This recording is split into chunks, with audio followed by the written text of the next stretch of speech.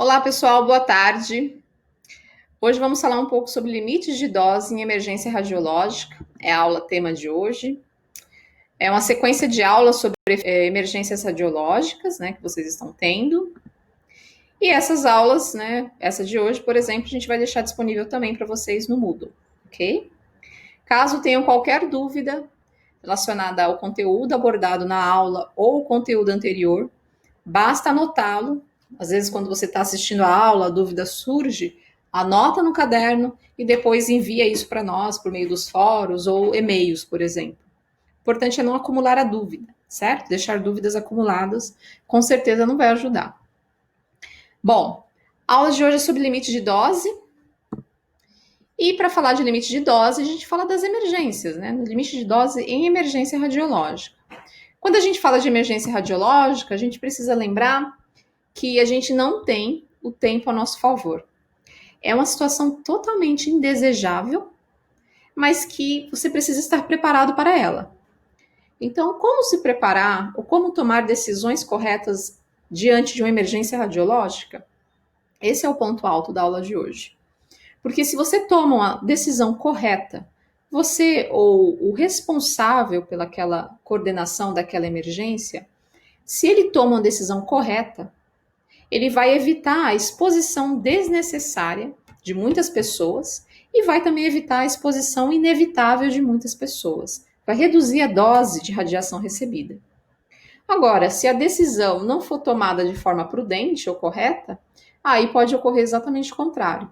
Os níveis de radiação, as doses de radiação que a pessoa do público ou trabalhador receberá, pode ser muito acima do aceito e pode induzir uma série de efeitos determinísticos, que são efeitos que surgem, aparecem a partir de um valor de dose.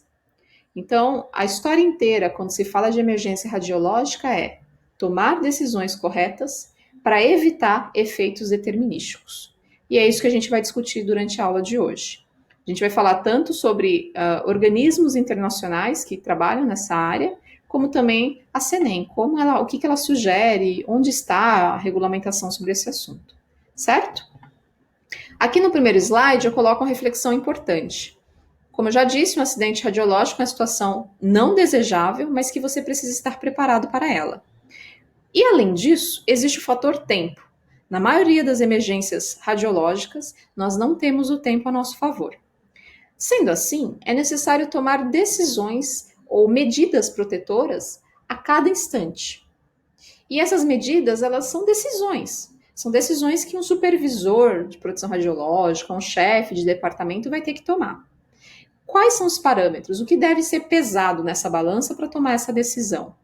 Deve ser levado em consideração se essa medida, né, essa ação que está sendo planejada, né, ela vai causar benefício, vai causar um benefício ou ela vai causar um dano? Então, por exemplo, digamos que ocorra a explosão de um reator nuclear, como o reator de Angra dos Reis. E ali a população ao redor está exposta à radiação naquele cenário de emergência. Qual medida mais correta deve ser assumida, deve ser adotada? Evacuar aquela área? Ou fazer com que as pessoas fiquem protegidas, abrigadas dentro das suas casas? Essa decisão tem que ser tomada de acordo com cada cenário, não existe uma regra. Evacua ou abrigue. Não. A regra é analisar cada cenário. Digamos que a pessoa que tem que tomar essa decisão, ela acha que evacuar é o melhor cenário, já que as pessoas estão agitadas e querem toda sair dali. Então ela ordena a evacuação. E você, como profissional ali naquele cenário também, você orienta as pessoas para evacuarem a área. A questão é, será que essa ação, essa medida protetora, ela vai produzir um benefício ou um dano? Ou, digamos que ela produz os dois, qual vai pesar mais? O benefício de evacuar, de fato, existe, porque a pessoa vai se afastar das fontes de radiação. Porém, se essa evacuação for feita no momento inadequado, por exemplo, quando a explosão ocorrer, horas, poucos minutos, uma hora depois da explosão, as pessoas começam a evacuar. Exatamente no mesmo momento que os contaminantes radioativos, a nuvem radioativa está se precipitando, né? O que a gente chama de pluma. Então, aquela nuvem cheia de radioatividade devido ao acidente está passando por aquela região. E aquelas pessoas que foram evacuadas estão expostas a essa contaminação. Foi uma medida tomada com a devida prudência? Ela foi a melhor medida naquele momento? Ela trouxe mais benefício ou mais dano? Nesse cenário, certamente ela trouxe mais dano, porque ali aquelas pessoas estarão, além de expostas, elas também estarão se contaminando, que é quando o material radioativo particulado fica sobre a pele, por exemplo. Então, isso é um exemplo de como é importante ter conhecimento de situações de emergência e saber que nem toda medida protetora vai trazer só benefícios. Dependendo do momento que ela for tomada, ela pode trazer mais dano do que benefício, tá? E por isso a gente tem que saber analisar esse cenário. A CENEM chama um processo no qual a gente tem que intervir quando ocorre algo que foge da rotina, ela chama isso de intervenção. Então, toda vez que ela falar de intervenção, ela define como uma ação adotada com o objetivo de reduzir ou, se possível, evitar a exposição ou a probabilidade de exposição a fontes de radiação, tá? Então, a intervenção ela ocorre em um momento diferente da prática. Então, a CENEM fala de dois termos muito importantes: prática e intervenção. Sobre a prática, a gente já discutiu em sala de aula. Lembra das normas, quando a gente começou a falar de CENEM 3.01, falamos também das normas de medicina nuclear, todas relacionadas à CENEM? Ali fala da prática. O que significa prática para a CENEM, dentro da legislação da CENEM? A prática é a atividade rotineira que envolve radiação ionizante. Na intervenção, não é uma atividade rotineira. É um momento crítico, caótico, no qual os profissionais vão ter que intervir para que, de fato, se mantenha, se chegue, de fato, a um benefício, a uma proteção daquelas pessoas envolvidas no acidente. Então, prática é uma coisa, intervenção é outra. Aqui a gente está falando sobre limites de dose para momentos de emergência, ou seja, intervenção. Vocês já ouviram falar de limites de dose em outras aulas para a prática. Por exemplo, limite de 20 milisievert ao ano para o profissional que trabalha com a radiação. Esse é um limite, e agora a gente vai falar um pouco dos limites envolvendo as intervenções. Bom, é importante lembrar que quando a gente fala de emergências, além de levar em consideração que precisamos tomar medidas protetoras corretas, acertadas, é importante também lembrar que nós temos quem é o nosso público, quem são as pessoas que estão naquela emergência. Então, nós temos os membros do público, são pessoas, trabalhadores daquela região, pessoas que estavam circulando pelaquela região no momento do acidente, ou pessoas que moram naquela região. E nós temos os trabalhadores, de fato, que estão relacionados às medidas de proteção, né? Os trabalhadores da emergência. Então, trabalhadores como bombeiros, enfermeiros, profissionais da radiologia, né? Profissionais que se especializaram em produção radiológica. Então, são esses dois principais grupos que nós temos. Então, membros do público e trabalhadores. Quando a gente fala dos trabalhadores, né? Então, lembrando, aqui eu defino cada um deles, coloco separadamente, né? Então, os trabalhadores que estão ali naquele ambiente, né? Trabalham próximo ao local do acidente. Aqui nós temos também os profissionais de resposta à emergência, que também são trabalhadores, só que aqui a gente se refere a trabalhadores que estão participando ali para contornar aquela situação de emergência. E tem os empregadores de trabalhadores, ou seja, os chefes, as pessoas superiores que estão ali naquele ambiente, né? E que devem responder pelas ações ali naquele momento de emergência radiológica. Quando a gente fala do trabalhador, focando no indivíduo que de fato vai ajudar, vai trabalhar com a equipe de bombeiro, vai ser ali da equipe de enfermagem ou da equipe de físicos, enfim, profissional que vai lidar com a emergência, ele está num cenário muito atípico da rotina dele. Então, vamos colocar um tecnólogo em radiologia, vamos usar como exemplo, um tecnólogo em radiologia que trabalha com proteção radiológica. Ele trabalha numa empresa que presta serviço, ou trabalha, por exemplo, na CENEM, como um servidor na parte de proteção radiológica. Então, digamos que esse trabalhador, foi convocado para uma emergência radiológica. Então, esse tecnólogo, ele vai até o local, vai se apresentar, né, conforme convocado, mas é importante lembrar que aquela exposição a qual o trabalhador estará, né, inevitavelmente exposto, aquela situação de exposição, ela é uma situação que pode ser controlada ou informada para o trabalhador. Então, todo trabalhador que vai atuar em emergência radiológica, ele vai vestir, se aparamentar corretamente, mas além disso, ele também vai receber instruções e vai ser informado dos riscos envolvidos naquela atividade. Por exemplo, no acidente de Goiânia. Lembre-se que muitos trabalhadores que participaram ali da contenção do acidente eram do Rio de Janeiro, de São Paulo. Todos eles foram enviados para a região de Goiânia e foram, no devido momento, claro, numa situação de emergência, mas foram orientados sobre os riscos associados. Claro que numa situação atípica, porque nunca havia ocorrido nada igual e também, como a gente já mencionou, não existia um protocolo de emergência para esse tipo de acidente, muitos erros ocorreram. Mas os trabalhadores sabiam das doses, ou no caso ali no momento não era possível saber a dose, mas sabiam dos riscos associados. Essa informação é muito importante. Então, o trabalhador, quando ele vai entrar numa área, numa situação de emergência radiológica, é importante que ele saiba que ali ele vai estar exposto a uma situação atípica, com doses muito maiores do que as que ele recebe em ambiente de trabalho. E é importante lembrar que, apesar das fontes de radiação não estarem sob controle, ou seja, é um acidente, aquela radiação está vazando para tudo quanto é lado, enfim, né, evaporando para tudo quanto é lado, ainda assim é possível controlar a exposição do trabalhador. Por quê? A gente pode fazer um rodízio. Aquele trabalhador pode trabalhar num dia sim, outro não, ou uma hora sim, outra hora não. Então é possível controlar a dose que esse trabalhador vai receber, porque a gente vai colocar ele naquele ambiente, mas obviamente vai estar monitorando o ambiente. Certo? Essas exposições, elas são exposições deliberadas, tá? Ou seja, são exposições que estão fugindo da regra típica, da regra.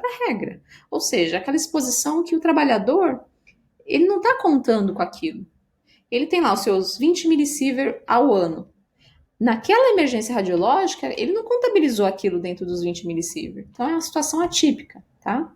Então, os limites de dose para trabalhadores devem ser mantidos para essas pessoas. Ou seja, a ideia é clara. Se um trabalhador recebe 20 milisievert de dose ao ano e ele precisa, podendo chegar até 50 milisievert, como a gente já falou, né, numa situação atípica, ele precisa atender também, né, mesmo que seja uma emergência radiológica, é importante que ele não ultrapasse esse limite dos 50. Vamos colocar o maior cenário, 50 milisievert. E isso é fundamental, porque apesar de ser uma situação de emergência, é importante lembrar que ele é um trabalhador, ele tem que ter a dose monitorada. Só que, obviamente, a gente sabe que isso é muito complicado. Como a gente vai garantir, dependendo do tipo de acidente, né, que aquela pessoa está recebendo, está ainda dentro do limite anual. E ainda um detalhe importante, 20 milisievert ao ano, ou 50 milisievert em um único ano. Mas quem garante que durante aquela emergência radiológica, né, ele vai receber isso? Ou melhor, qual é o tempo que vai levar aquela emergência radiológica? Qual é a duração da emergência para depois a gente determinar o quanto ele recebeu de dose, por dia, por mês ou no ano? Então é uma situação muito atípica, mas o primeiro princípio é tentar manter a dose, o limite anual. Essa é a primeira informação que você deve entender quando a gente fala de limite de emergência. Tentar manter o limite anual, tá? Então, para isso, claro, existem equipes de físicos ou supervisores de radioproteção que vão calcular quantas horas aquele profissional pode ficar ali naquele ponto, fazendo aquele trabalho, sem que isso comprometa ou atinja o limite anual. Lembrando que, nesse caso, o limite considerado vai ser de 50 milisievert. Bom, então, já que a primeira questão é levar em consideração o limite anual e tentar respeitar esse limite, se possível, é claro, é importante também que a gente leve em consideração o que a legislação internacional faz ou fala sobre. Então, nós temos aqui, a gente chama de EPA, mas corresponde a uma sigla que representa a Agência de Proteção Ambiental, como se fosse um IBAMA brasileiro, só que essa aqui é o IBAMA americano, norte-americano, tá? Então, aqui nesse relatório deles, eles têm aqui, um guia, né, um grupo de diretrizes para ação de proteções ação de proteção envolvendo incidentes radiológicos, tá? Então, aqui mostra, o primeiro item que eu destaco desse manual, que é muito importante, quem quiser ver na íntegra tem um link aqui embaixo, né? Quem quiser ver o manual na íntegra é só acessar o link. A primeira informação que eu acho extremamente relevante desse manual é que lembrar que numa situação de emergência radiológica, né, as informações específicas para cada caso, né, e elas mudam o tempo todo, então devido a isso é impossível desenvolver um único nível de dose para todos os respondentes, que eles chamam aqui, são os trabalhadores, tá? E o que significa isso? Significa que esse manual, né, do Departamento de Proteção Ambiental, do Meio Ambiente dos Estados Unidos, ele dá sugestões. Só que essas sugestões vão depender do tipo de acidente.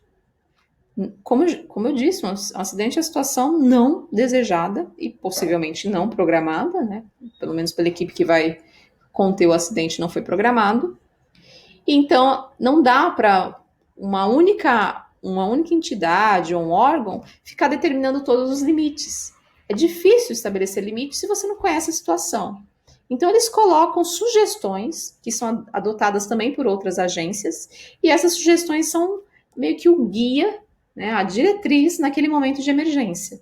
Mas nada impede que os supervisores, os físicos, enfim, os gestores naquele ambiente adaptem aquelas circunstâncias.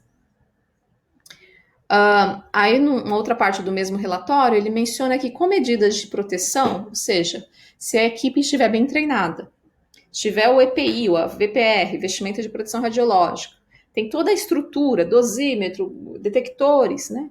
A maioria das emergências radiológicas vão conseguir ser gerenciadas dentro do limite de 50 milisievert, ou 5 REM, né? O REM, como eles chamam também, tá? Então, eu sempre coloco também o 5, o REM, com milisievert, porque é muito comum na literatura internacional usar o REM ao invés de falar do sievert. Então, é importante ter essa comparação, tá? Mas esse é um ponto muito importante, tá? Se a gente parar para pensar aqui, se todo mundo estiver preparado, se estivermos usando os equipamentos, monitoramento, todo mundo estiver treinado, como a proposta do curso que a gente quer deixar aí para os profissionais, né, que trabalham ou que vão estar em contato com fontes de radiação. Se todos eles estão devidamente treinados, as doses de radiação são aceitáveis, dá para gerenciar, dá para distribuir a dose de forma que atenda esse limite máximo aí anual, sem comprometer a segurança dos envolvidos. Bom, quando a gente fala do trabalhador, né, lembrando, o profissional que está ali participando da emergência radiológica, tentando conter, né, imagina você, tecnólogo, existem planos e protocolos que devem ser considerados, tá? Então, por exemplo, minimizar, diminuir ao máximo o tempo gasto na área contaminada. Então, se você tem 5 profissionais, não tem por que um único profissional ficar 1 hora naquela área contaminada. Tem que fazer um rodízio. Maximizar a distância das fontes de radiação. Então, se você sabe que ali existe uma fonte radioativa e que ela ainda não foi blindada, é interessante que você aumente o máximo a distância. Existe a lei do inverso do quadrado da distância, ela é muito importante. A cada 1 metro que você se distancia, você está duplicando o seu fator, elevando ao quadrado, perdão, o seu fator de proteção. Usar a blindagem de fontes de radiação é importante. Se você não consegue remover aquela fonte naquele instante, então você vai blindar aquela fonte. Lembre-se, por exemplo, do acidente de Goiânia.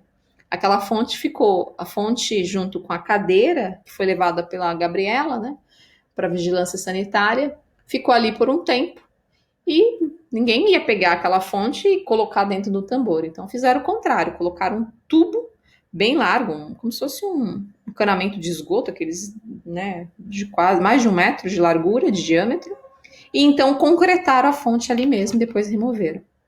Ou seja, blindar antes mesmo de manipulá-la. Adaptação do controle de risco, né? Então, observar ali, estabelecendo a rotina, como que vai funcionar. Olha, pessoal, aqui só entra, antes de entrar tem que passar por mim, quando for sair tem que me avisar, para que eu possa monitorar. Então, fazer essa integração, né, de como vai ser o procedimento. Selecionar o uso adequado de respiradores e outros EPIs.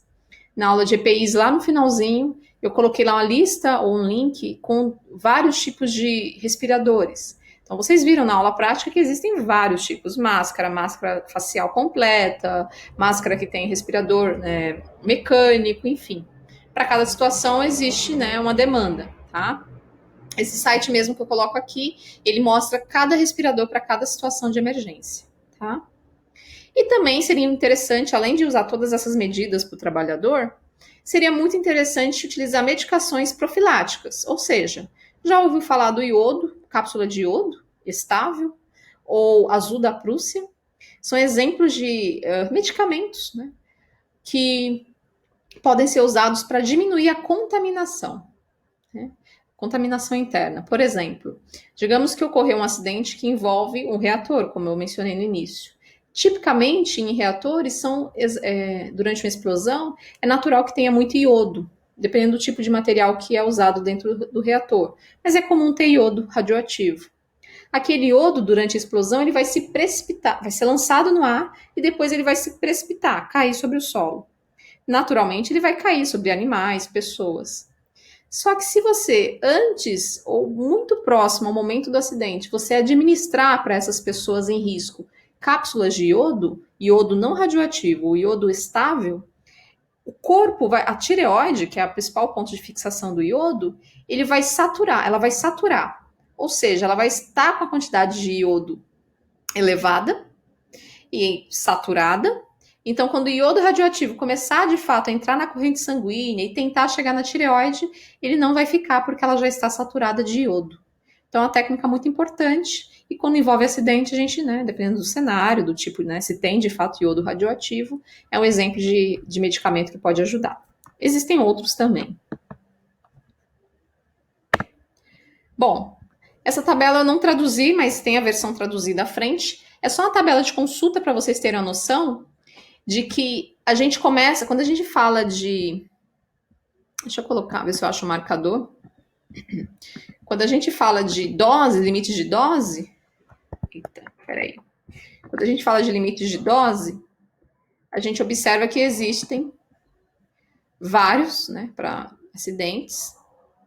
Deixe-me ver se eu consigo usar um marcador. Consigo. Pelo menos faz um movimento aqui. Bom, existem limites, tá? Então, guideline é a diretriz, né? Então, quais são os parâmetros? Quais são as diretrizes? Então, nós temos três principais valores, tá? Esses três principais valores: 50 milisievert. Você fala, pô, 50 milisievert é o limite máximo anual de um trabalhador, né? 50 milisievert, ok. 100 milisievert, 250 milisievert ou acima de 250 milisievert. São os três primeiros valores que são usados como referência, tá?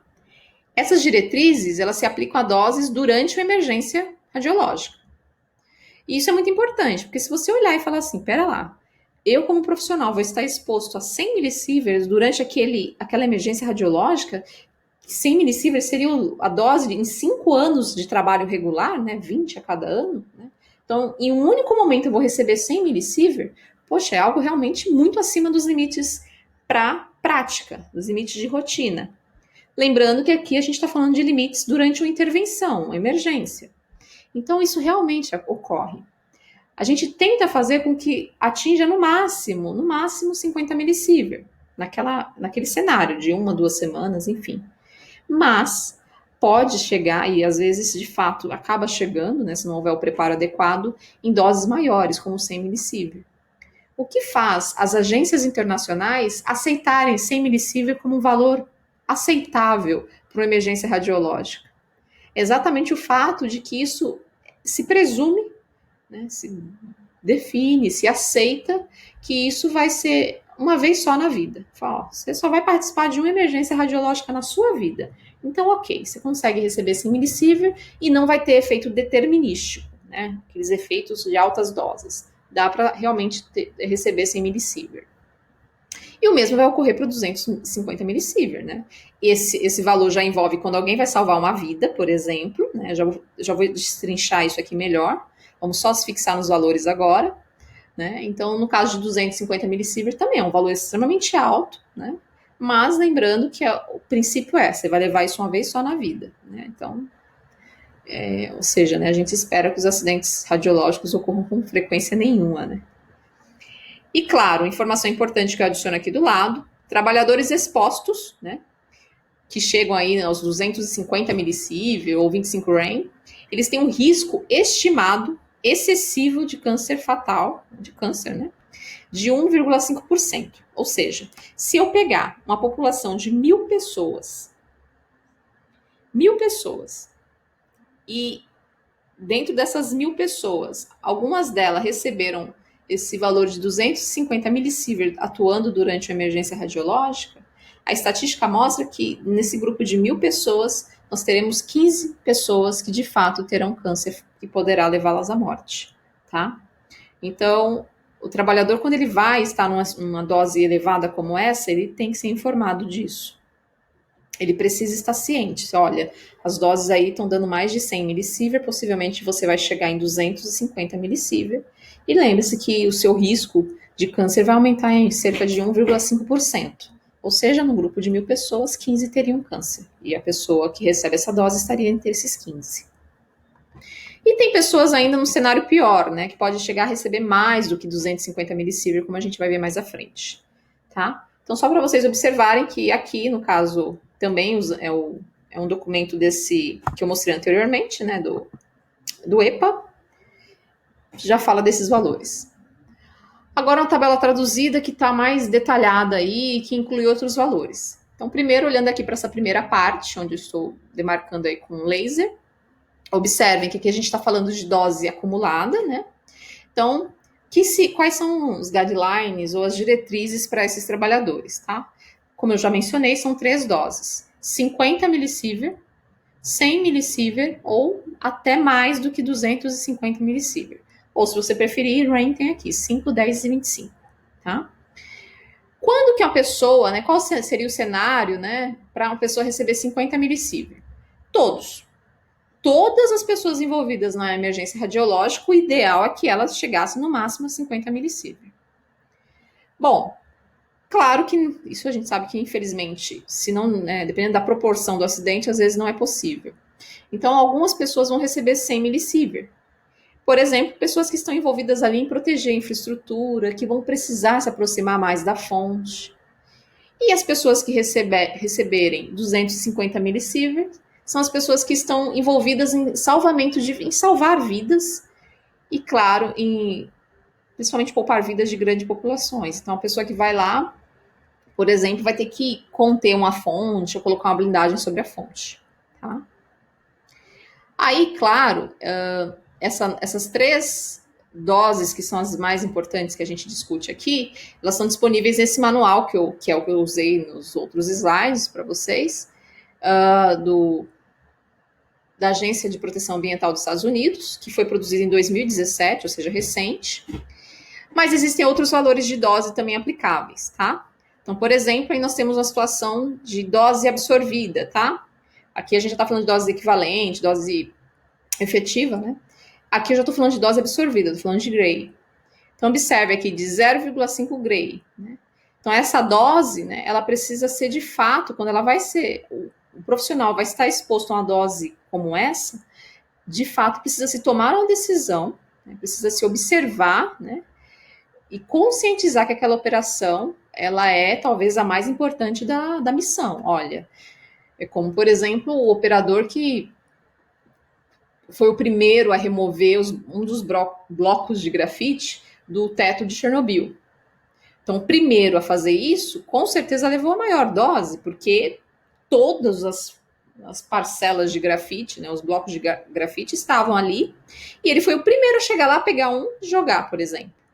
Então, ele foi, com certeza, os relatos mostram isso, apesar da falta de informação típica da União Soviética naquela época, eles sabiam boa parte dos riscos, né? Alguns alegam que não, mas em relatórios oficiais, né, foi informado que foram avisados. Então, vamos considerar a informação oficial. Então, esse profissional que chegou lá no teto, né, naquele telhado, para remover o bloco de grafite, ele sabia que ali, naquele momento, ele estaria recebendo uma das doses mais elevadas. Então, é por isso que é uma dose de decisão, precisa ser analisada. Qual é a pessoa que vai? Ela tem condição de fazer isso rápido? Né? Então, não é só a dose no fim da história, a dose efetiva no fim de todo o processo. Não, a gente tem que levar em consideração também as doses absorvidas, né, naquele momento, tá? E essas doses, elas são recomendadas pelo o Conselho, né, de Produção Radiológica, Conselho Nacional de Produção Radiológica, NCRP dos Estados Unidos, tá? Isso foi definido aqui em documento no report, no relatório número 165. Coloquei uma capinha deles aqui para vocês se familiarizarem, tá? O EPA tá no outro slide, né? A capa dele. Aqui é a capa do report do Conselho Nacional de Produção Radiológica. Aqui a gente já observa, já nessa terceira linha, os limites estabelecidos pela agência internacional. Então, esse documento da agência aqui também. Os links são todos no final do slide para quem quiser consultar. É até interessante para a atividade de extensão, né, porque é um manual de primeiros socorros para emergência radiológica, fala ali de quase todos os profissionais, ou todos, né, precisa só verificar. E nesse relatório da agência, ela menciona aí 50 REMS, ou vamos falar em millisiever, né, que é mais fácil de associar com o nosso limite anual.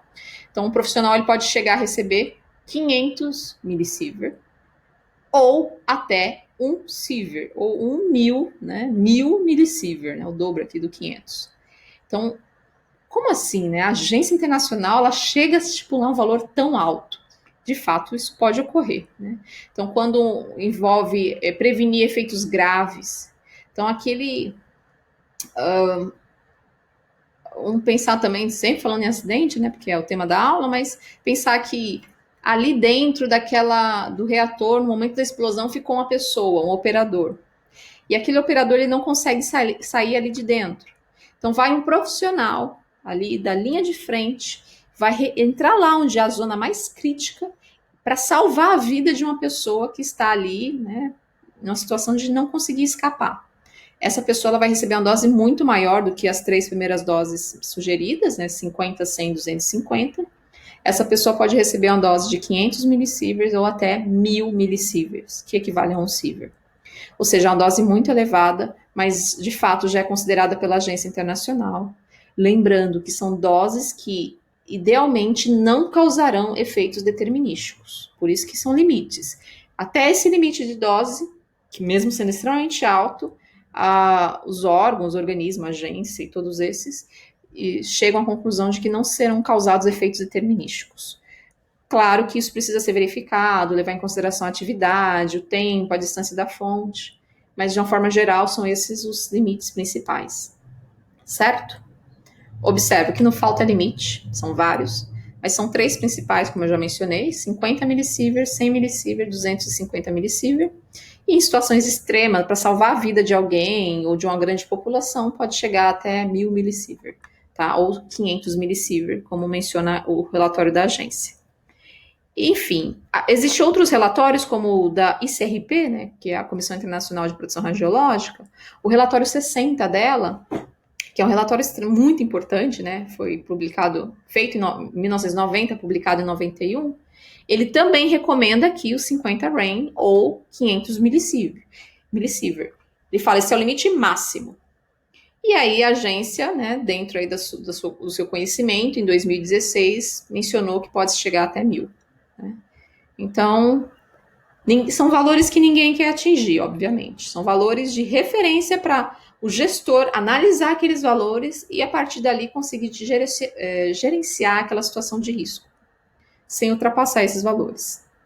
Aqui nessa restante da tabela, fala das zonas, né? Zona fria, zona quente, zona de fato perigosa, né? Ou, enfim, zona quente. Também existem limiares, só que aqui vocês observam que muda, né? A gente começa a falar de Röntgen e Gray, e também começa a falar por hora, né? Hora elevado a -1 é por hora, né? A expressão matemática para por hora. Ou seja, né, 0,01 Röntgen por hora. O que significa isso? Aqui eu já estou falando de taxa de dose. Quando a gente fala de taxa, é alguma coisa em relação ao tempo. Taxa de dose é quanto de radiação eu vou levar naquele intervalo de tempo. Tá? Então pode ser hora, dias, anos, meses, enfim. Aqui é por hora. Então aqui, por exemplo, a gente vai usar um detector sensível que possa dar esses valores para você ir monitorando e observando quanto que está dando a taxa de dose. E aí você vai ter uma noção, opa, eu não posso ficar aqui porque está acima de... você pode converter Röntgen para Gray. Por exemplo, se tiver aqui na zona quente, acima, né, o seu monitor lá no teu contador, está dando mais do que 0,1, está dando, sei lá, 0,5 miligrays, né, ali naquele cenário por hora, ou Röntgen por hora, aí é algo preocupante, porque você está dentro, né, de um limite, já ultrapassou um limite de dose. Ou seja, tem os limites para taxa de dose, que vão ser determinados ali monitorando em tempo real, e tem os limites que a gente fala de dose efetiva, dose equivalente, né, ou dose efetiva, que são os limites no final, a consequência relacionada ao acidente. Certo? Essa tabela, quem quiser olhar ela com calma, acessar cada um desses arquivos, também deixei o link disponível aqui embaixo. É um guia de consulta. Se você vai trabalhar com isso, é bem interessante você ter o acesso. E aqui, só para, né, falar que eu falei e não mostrei, o manual da agência, que eu acabei de citar no slide anterior, e aqui as situações de risco. Ainda está em inglês, mas só para vocês terem a noção, lembrando que esses documentos da agência todos são em inglês, os 3 valores, só que aqui, né, bem mais acima do que 50, 100 ou 250 milisievert. Aqui fala de 50 milisievert, ok, né, para ações coletivas, mas aqui já vai subindo para 500 milisievert, ou podendo chegar a 1000 milisievert, tá? Então, se vocês quiserem consultar o relatório, eu coloquei aqui, né, o link completo. Lembrando que são para situações, né, para salvar vidas, né? Então, ações que envolvam salvar vidas. E ainda assim tem que ser bem analisadas, né? Lembrando que pode ser considerado aí levar em consideração esse HP10, que a gente também vai discutir, eu acredito que seja abordado em dosimetria. Bom, então falei das normas internacionais, o que o mundo vê em termos de limites. Podemos usar como consideração aí 50 milisievert, 100 milisievert ou 250 milisievert. Uma situação muito extrema pode chegar a 500 milisievert ou 1000 milisievert. Né? O que a CNEM fala, né? A nossa Comissão Nacional de Energia Nuclear. Então, a CNEM tem a sua norma 3.01. 3.01. Essa norma 3.01 a gente já discutiu em sala. Lá no capítulo 6, o último capítulo da norma, ela fala sobre requisitos para intervenção. Ou seja, naquele momento crítico de um acidente radiológico, como se deve trabalhar, quais são os requisitos. Então, apesar da gente ter muitas normas internacionais, a gente tem uma norma nacional que a gente pode usar, porque de fato é ela que, né, nos respalda legalmente, tá? Então, aqui fala um pouco da situação de emergência, né? Lembrar que as características daquela situação são extremamente importantes. Conhecer qual é a atividade da fonte, ou qual é o radionuclídeo associado àquela fonte, qual era a taxa de dose, medir a taxa de dose, tudo isso é importante. E, claro, levar em consideração condições meteorológicas, né? O acidente ocorreu num dia chuvoso, perto de uma estrada de barro. Isso é péssimo se for um contaminante que se dilui na água, como o césio, né, facilmente se mistura no solo, isso seria um agravante, tá? E também tem que ser levado em consideração a probabilidade de que as ações protetoras, né, ou as medidas protetoras tragam benefício líquido. O que é um benefício líquido? Aquele benefício real, aquele benefício que existe, de fato vai ocorrer, tá? Porque, lembrando o comecinho da aula, que eu vou discutir com vocês, cada medida de proteção tem que levar em consideração se vai trazer mais benefício ou se vai trazer algum dano, mais dano. Né? Então, a CNEM também reforça isso, ela também fala, tem que ver se vai ter mais benefício do que malefício ou dano aquelas ações que forem tomadas. Aí, especificamente no item 6.3.1 desse capítulo, ela fala das exposições ocupacionais, ou seja, dos profissionais que trabalham naquele ambiente de emergência radiológica e precisam, né, estão ali naquela condição de receber alguma dose acima né, além da da sua dose profissional. Então, aquele profissional que vai receber uma dose além da que ele já recebe, tá? Então, aqui, o primeiro requisito é: nenhum membro das equipes de intervenção deve ser exposto a dose superior ao limite anual de dose para exposição ocupacional. exceto, ou seja, ninguém pode passar os 50 milisievert, lembra? Que é o limite máximo anual, né? A não ser que ele vá salvar a vida e prevenir um sério acidente. Então, a fonte ia cair dentro da água, e se caísse dentro da água, ia ser uma segunda explosão. Ah, o profissional vai lá e consegue segurar a fonte. Então, ele preveniu um acidente sério. Ou ele também pode receber mais do que isso se ele for executar ações que evitem dose coletiva elevada. Então, ele vai lá chegar pertinho da fonte para pôr uma blindagem, para evitar que aquelas pessoas que não conseguiram sair dali sejam expostas de forma elevada. Também é possível superar esse limite anual. Ou, uma terceira situação, ele vai executar ações para prevenir o desenvolvimento de uma catástrofe, ou seja, algo eminente que pode piorar o acidente, aquela pessoa vai lá fazer a intervenção, então, infelizmente, ela vai receber o limite, vai ultrapassar o limite anual. Ainda continuando, peraí, que eu falei, era o item A, né? Agora o item B, essas doses, elas devem ser inferiores, né? E aí, nesse cenário, a pessoa está ultrapassando o limite de dose anual, mas essa dose, de preferência, tem que ser inferior a 100 milisievert. Esse 1 fica um pouco estranho, porque é o formato da letra, mas é o número 1, tá? 100 milisievert, né? Então, as doses efetivas devem ser inferiores a 100 milisievert. Se a gente parar para pensar naquele modelo lá do EPA, da Agência de Proteção Ambiental Norte-Americana, ela fala 50 milisievert, 100 ou até 250. Aqui a CENEM está falando até 100, tá? E ainda fala que somente voluntários podem se empreender nas ações que a dose efetiva possa exceder a 50 milisievert. O que significa isso? Quando a gente fala assim que somente voluntários poderão empreender ações, não é a pessoa que está na rua e quer, né, vamos chamar assim, né, bancar o herói, salvar a pátria e participar daquela emergência radiológica. Não. Os voluntários são os próprios profissionais. Então, você tem lá uma equipe de 20 profissionais e alguém vai ter que ir lá fazer a blindagem da fonte, vai ultrapassar os 50 milisievert, que seria o limite anual máximo. Ó, pessoal, dos 20, quem é voluntário e quer, né, fazer essa ação que vai ultrapassar o limite anual? Então, a pessoa tem que ser, por mais que seja um ambiente de crise, ela não deve ser obrigada, você vai ter que ir lá. Não, ela tem que ser voluntária. E pode parecer que não, mas em momentos como esse é natural que as pessoas entendam a hombridade daquilo que vai ser feito e se voluntariem. É muito comum. E claro, né, tem que levar em consideração que essa pessoa então vai ter que ter uma boa blindagem, equipamentos, enfim. Bom, e digamos então que essa pessoa foi voluntária e recebeu mais do que 50 milisievert, chegou lá no 100 milisievert, até ultrapassou isso. Então, na fase de pós-emergência, ou seja, quando acabou o acidente, ou enfim, momentos após aquela situação ter sido contida, é importante que seja dado um suporte para esses profissionais. Esse suporte vai envolver ter o registro, né? Tudo aquela dose que ele recebeu tem que estar registrada, isso é muito importante. Ele tem direito a receber a dose, né? Não só ele, mas todos que participaram têm direito a receber um histórico de dose. E também é importante que deve se considerar, né? Deve se considerar, não, é importantíssimo, né?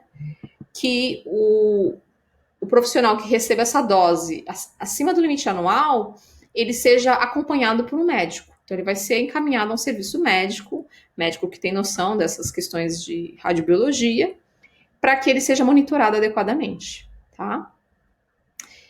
E um ponto importante aqui no item F é que as doses recebidas por todos esses profissionais que ficaram na linha para trabalhar, mesmo os que receberam 50 ou os que receberam até mais do que 50, essas doses não entram, não impedem, como eu coloco aqui, né, exposição ocupacional posterior. Então, não significa que ele nunca mais na vida vai trabalhar, ou que nunca mais ele... Não. Todos os profissionais que foram para Goiânia, ajudaram no acidente, receberam doses elevadas, no fim das contas, eles tiveram as suas férias, seu tempo de recuperação, mas depois voltaram a trabalhar. A sua rotina normal, tá? Claro que, se for uma dose tão elevada, o médico qualificado, né, se for superior a 100 milisievert, o médico qualificado vai avaliar nível de plaquetas, fazer um hemograma completo, né, como é tipicamente feito em casos como esse.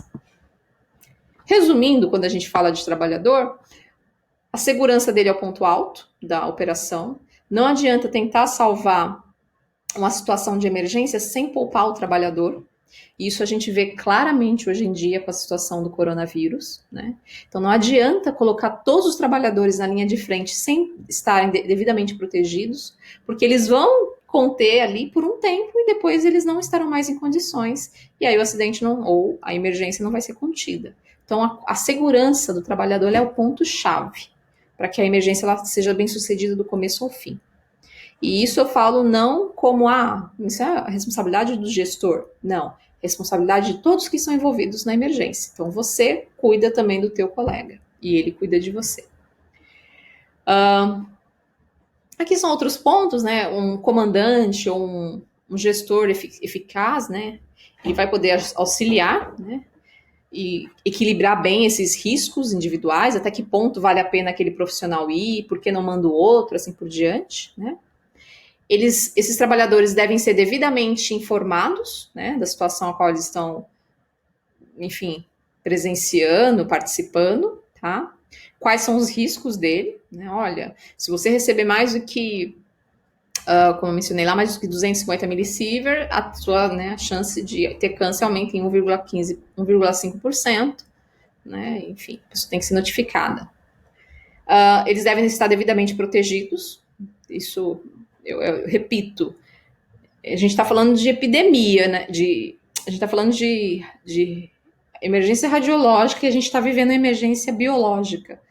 Mas o princípio é o mesmo. Tem que ter EPI para a equipe de linha de frente. E, claro, os trabalhadores devem ser treinados na medida do possível, ou seja, simular situações, como, por exemplo, o professor Flávio se propõe aí anualmente fazer o CIREX, por exemplo. Bom, então, trabalhadores a gente já sabe, tem limites para eles, né? 50, 100, 250 milisievert. Em algumas situações isso pode ultrapassar 500 ou 1000 millisieverts. E é importante lembrar que para a CENEM, na 3.01, se esse profissional ultrapassou 100 milisievert, ele precisa ser acompanhado, ter um acompanhamento médico. E claro, ele tem que ser um voluntário, se ele vai receber mais do que 50, só se ele realmente se prontificar a receber essa dose. Agora, membro do público. Tem limite para membro do público? Dá para estabelecer limite de dose para membros do público? Aí não dá, né? A gente não consegue ter esse controle, tá? Aqui, com relação aos membros do público, eles receberão as doses, né? E a não ser que as medidas de proteção sejam tomadas. Então, a melhor forma de se preocupar com o membro do público é evitar que ele receba a dose. É essa. O profissional, a gente não tem como evitar que ele receba, a não ser que, né, ele não participe da ação. A gente vai controlando, mas ele vai receber. Agora, o membro do público, a gente pode minimizar ao máximo essa dose se a gente fizer uma série de medidas, barreiras, blindagens, enfim. Por isso que a gente fala que a exposição do público ela não é controlada. E do profissional, numa situação de emergência, o profissional tem uma exposição controlada. E o público não tem uma exposição controlada. Cada um está num cenário. O profissional você consegue monitorar, trocar, revezar. O membro do público, você não vai ficar, olha, você atingiu 50 milisievert, agora você vai ter que se afastar para uma outra região. A gente não tem esse tipo de controle, tá? Então, por isso, não faz sentido aplicar limite de dose para membros do público. Porém, já que a gente não consegue estabelecer os limites de dose para membros do público, ok, mas a gente quer evitar a exposição deles. Então, todos esses acidentes listados aqui, né, o Windscale foi no Reino Unido, né, foi um acidente envolvendo um dos primeiros reatores nucleares, se não me engano, o primeiro. Enfim, primeiro ou segundo. Acho que o primeiro foi em Chicago. O Three Mile Island foi um acidente que vocês já estudaram, professor Flávio, né? Foi um acidente que perto de Chernobyl não foi nada, né? Mas foi importante para pensar em monitoração do público. Chernobyl, que, né, não preciso nem falar, um acidente aí muito bem conhecido, mas só lembrando, um acidente que auxiliou muito no sentido de, né, um benefício, benefício não, mas uma lição aprendida de Chernobyl foi o impacto de um acidente de grande escala em membros do público. Então, muito importante. E Goiânia também é um acidente que faz parte da história aí de proteção radiológica, no sentido de que abriu os olhos da sociedade, dos membros de proteção radiológica, de que as emergências radiológicas não ocorrem apenas em estabelecimentos ou instalações nucleares. Um acidente radiológico também pode ocorrer numa instalação radiativa, como o Instituto Goiano de Radioterapia. Então, todos esses 4 acidentes, eles estão colocados aqui por um motivo. Todos eles ajudaram, de alguma forma, a se estabelecer limites, a observar o impacto de uma emergência radiológica e estabelecer limites no sentido de minimizar as doses no membro do público, a exposição dos membros do público. Por exemplo, essa primeira tabela é de uma tese do professor Fábio Suzuki, professor do IPEM. Eu coloquei o link, eu acho que no próximo slide. Excelente para quem quiser falar, estudar, conhecer mais essa questão de limite de dose. Ele fala bastante sobre isso. Então, nessa tabela aqui, a Agência Internacional de Energia Atômica, eles chamam de Organismo Internacional de Energia Atômica, por isso está esse Ozinho aqui, mas é a mesma coisa que a agência, e a AEA. E aí o que acontece? Com base nesses acidentes aqui, até 1985, ou seja, com base nos 2 primeiros acidentes, quando nós tínhamos uma situação de uma emergência radiológica, agora pensando no membro do público, o que fazer com as pessoas do público? A gente vai mandar elas se abrigarem dentro das suas casas, nós vamos mandar elas evacuarem a área, nós vamos administrar pílulas de iodo estável, ou nós vamos fazer realocar, enfim, o que vai ser feito com aquelas pessoas? Em qual momento é necessário tomar uma ação para aquelas pessoas? Então, a Agência Internacional estabeleceu isso que a gente chama de nível de intervenção, tá? A gente já aprofunda um pouco mais. É o seguinte, aqui fala, né, nessa de 85, que para utilizar a medida de proteção do tipo abrigo, para falar, olha, as pessoas vão ficar abrigadas em casa, a dose de corpo inteiro deveria ser entre 5 a 50 milisievert. Observando aqui o Czinho, que está como, né, uma referência, né, é uma dose equivalente efetiva, né, naquela época. Ou melhor, né, a ideia é que se a pessoa ela for receber esse valor de dose, essa dose que vai ser inevitável se ela ficar ali, né, então é interessante que aí, nessa condição, ela seja então abrigada. Ah, mas se ela for abrigada, ela vai receber mais do que 50 milisievert, ela vai chegar em 500 milisievert. Opa, é uma dose muito alta, então é melhor que esse grupo de pessoas sejam evacuadas.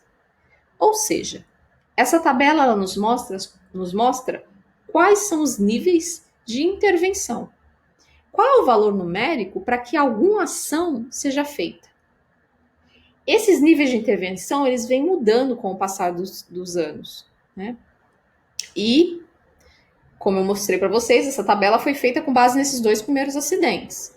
Conforme outros acidentes foram ocorrendo, surgiu então a nova tabela, tá? Com algumas atualizações, mas essa daqui é um exemplo, né, mais atualizado, de 93. Ela mostra, né, que se a pessoa, eu acho isso muito interessante, que se a pessoa, né, ela vai receber uma dose de 50 milisievert, né, como a gente coloca aqui na referência de nota da tabela, a ação deve ser tomada se esse valor de dose puder ser evitado. Ou seja, se aquela pessoa, naquela condição, ela vai receber 50 milisievert, eu consigo evitar que ela receba 50 milisievert? Consegue. Como que eu consigo? Abrigando ela. Ótimo, então manda ela para o abrigo, né? Ou deixa ela abrigada dentro de casa, enfim. Porque se eu fizer isso, eu vou evitar que ela receba 50 milisievert, tá? E agora, se a pessoa chegar, né, pode receber 500 milisievert, então não vale a pena abrigar ela vai receber uma dose alta. Então a próxima ação é evacuar. Ou seja, são níveis, valores numéricos que vão coordenando as nossas ações durante uma emergência radiológica, tá? Esses níveis existem também na legislação brasileira, né? A CENEM, né? Existe uma norma dela chamada posição regulatória. Aí eu faço uma pausa aqui.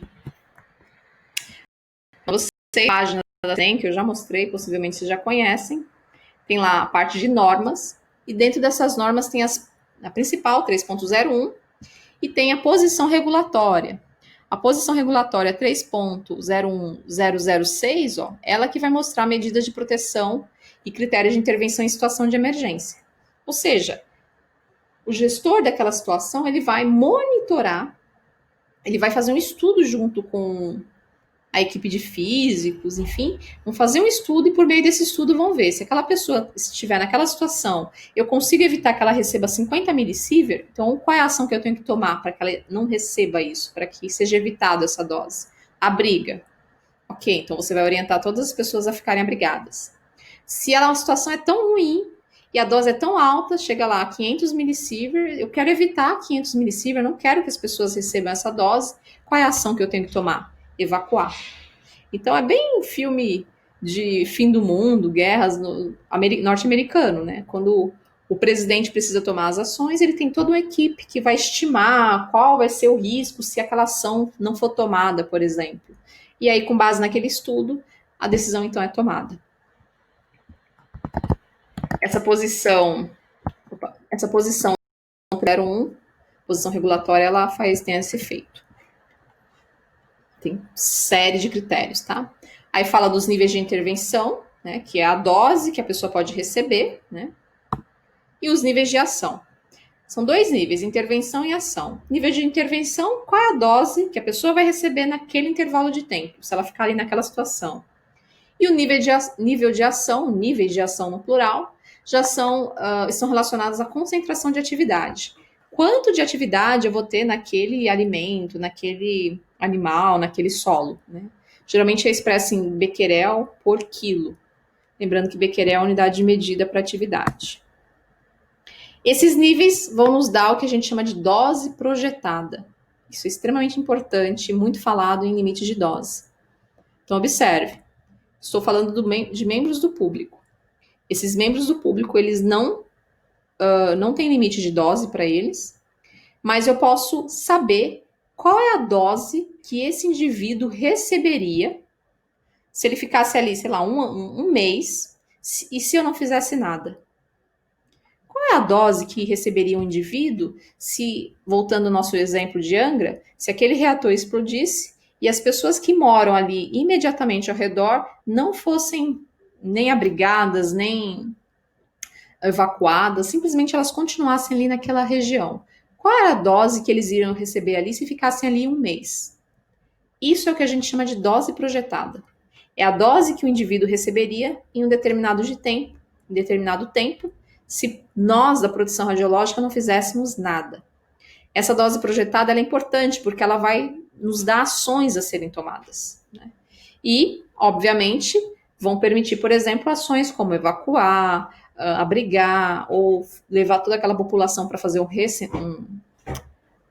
como chama? Reassentamento. A posição regulatória da CNEM, ela estabelece os níveis para intervenção com base nessas dose projetada, né?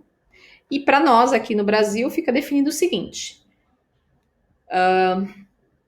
se a pessoa vai receber 10 milisievert, se eu não fizer nada, e eu, claro, estou vendo esse cenário, como que eu posso então intervir para que ela não receba esses 10 milisievert? Então a ação de proteção vai ser abrigar. Então, orientar para que essa pessoa fique dentro da casa dela, não saia para que ela não receba, por exemplo, precipitação de material radioativo. Se essa pessoa ela vai receber 50 milisievert naquele cenário em que nada está sendo feito, o que eu posso fazer para que ela não receba esses 50 milisievert? Evacuar. Então, vou pegar fazer em um momento adequado e seguro, evacuar toda aquela região. E, claro, a profilaxia do iodo estável é administrar o comprimido para aquela população de iodo. Eu vou fazer isso se eu puder evitar essa dose. No caso aqui é uma dose absorvida, por isso que está em grays, miligray. E lembrando que, claro, não é recomendável abrigar por 2 dias, mais de 2 dias, perdão, e não é recomendado evacuar por um período superior a 1 semana. Volto a falar, lembra muito o cenário que a gente vive, no qual a gente está abrigado, a gente está de quarentena abrigado. Se fosse um vírus extremamente mortal, espalhado pelo ar, que respirássemos e já causasse uma série de problemas, abrigar não seria suficiente. Então, teria que evacuar. Então, tudo isso é muito semelhante às ações de emergência, né? Só muda o causador da emergência.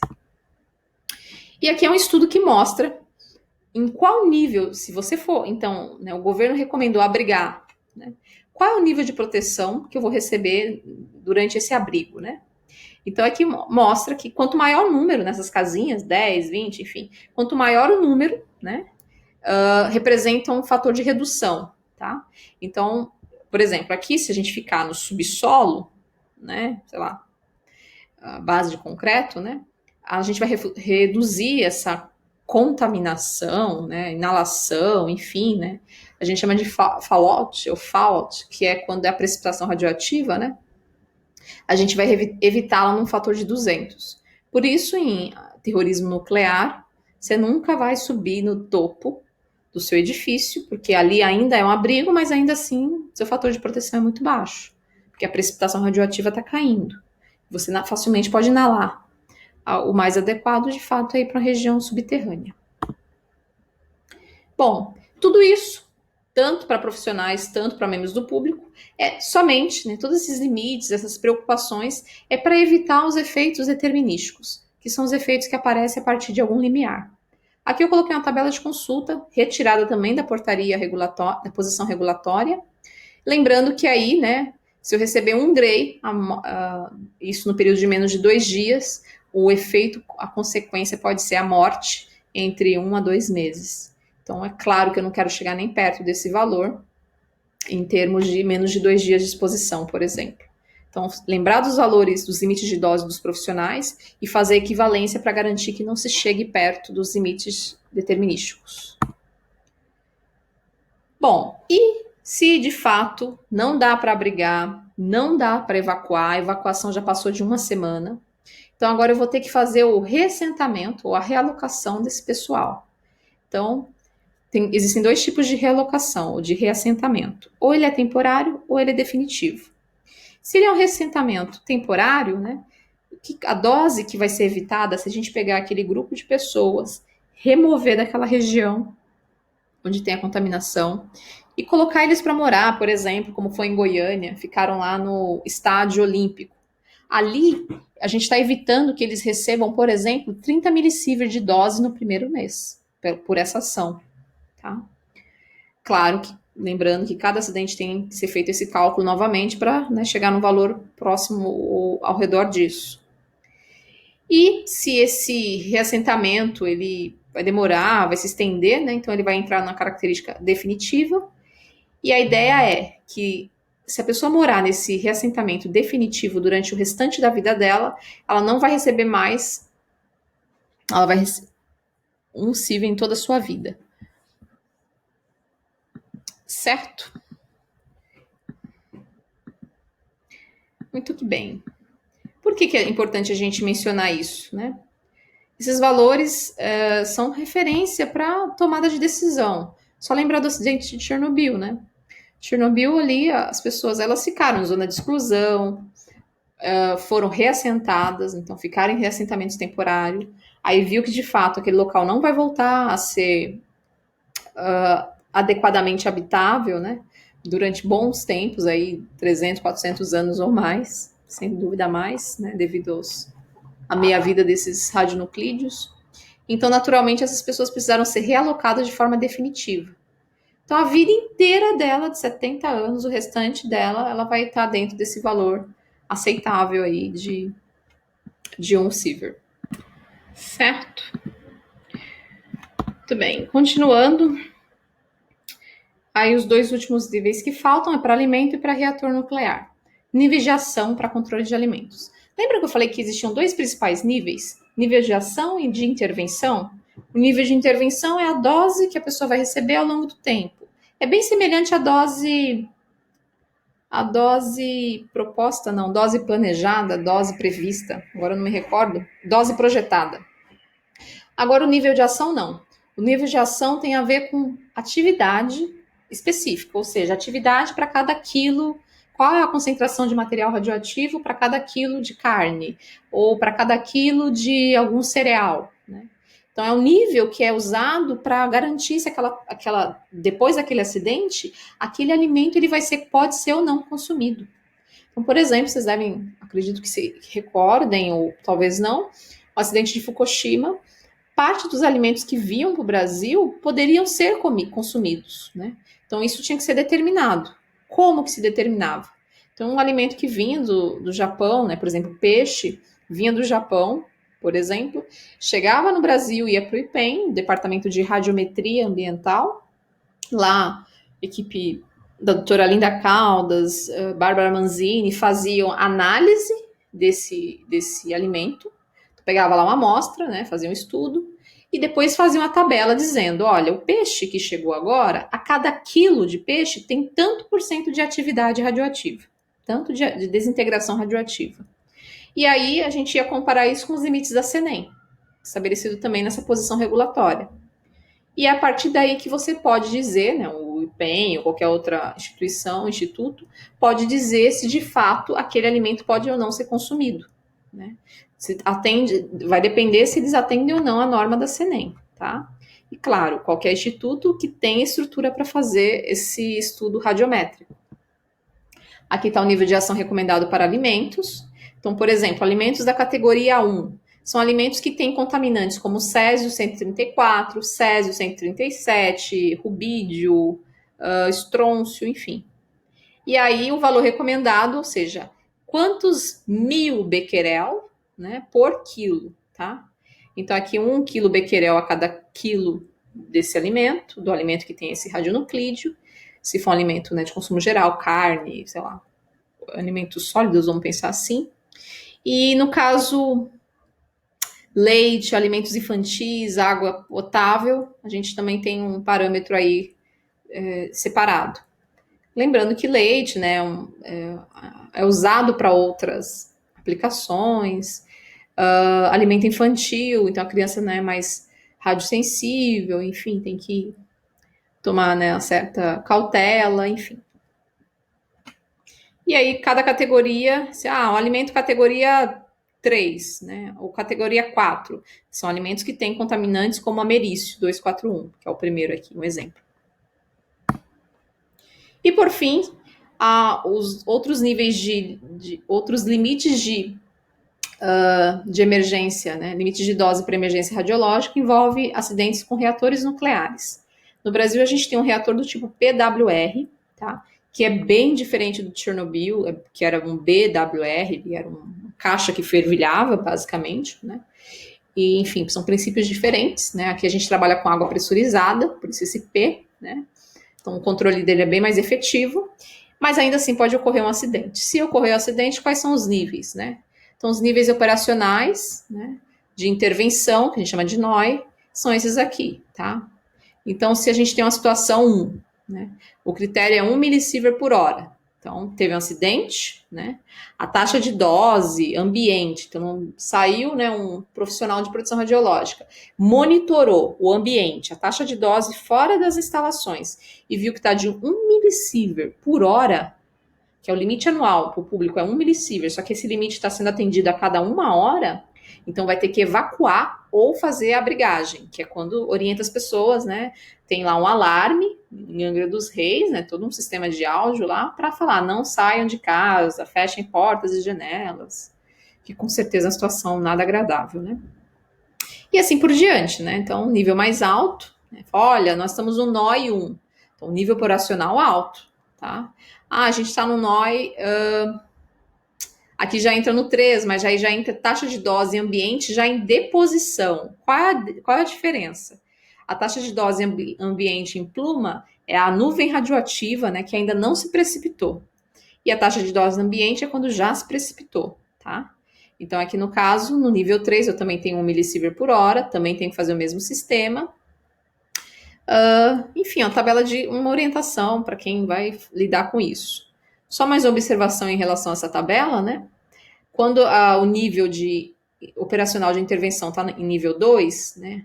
Um décimo aí do nível 1, 0,1 milisievert por hora, aqui fala, né? Se disponível, administrar bloqueador de tireoide, ou seja, o iodo estável, então entregar as cápsulas de iodo estável para a população, mandar ficar em casa, né? Uma abordagem preventiva, fala, olha, é melhor ficar em casa. E nesse momento que as pessoas ficarem em casa, elas vão ficar aguardando informações pelo rádio e pela TV. Então, isso é bem possível de ocorrer também. Certo? Coloquei referências adicionais. É de fato um assunto bem extenso. Eu tentei, né? Com certeza a aula ficou longa, né? Eu tentei fazer um resumo bem objetivo, mas é difícil. É um assunto, né? Internacionais e nacionais. Mas se vocês observarem, tem um link aqui, ó, de um mapa mental. Esse mapa mental já está pronto. Você não precisava fazer. É um mapa que eu fiz no programa chamado eu não lembro o nome do programa. MindMaster. Esse MindMaster é um programa que serve para fazer ferramentas de mapa mental online, tá? Acho que alguém na sala tinha perguntado, dá para fazer online? Também dá, né? Quem quiser acessar aqui depois vai ver. Então, o que eu fiz? Eu coloquei tudo que eu resumi da aula de hoje, tá? Tudo que foi resumido, tudo que eu falei da aula de hoje sobre CNEM 3.01, os limites de dose internacionais, todos eles eu coloquei nesse mapa. Então você pode fazer um estudo depois pessoal, né? Você sozinho, bom, já está sozinho possivelmente estudando, mas você pode dar sequência aos seus estudos usando esse mapa, tá? Só para vocês saberem usar, eu vou mandar o link, já está salvo no slide, né? Você só vai clicar no link, vai abrir uma tela como essa, e você vai na parte inferior aqui, ó, nessa caixa. Não é uma caixa, né? Ela representa uma tela.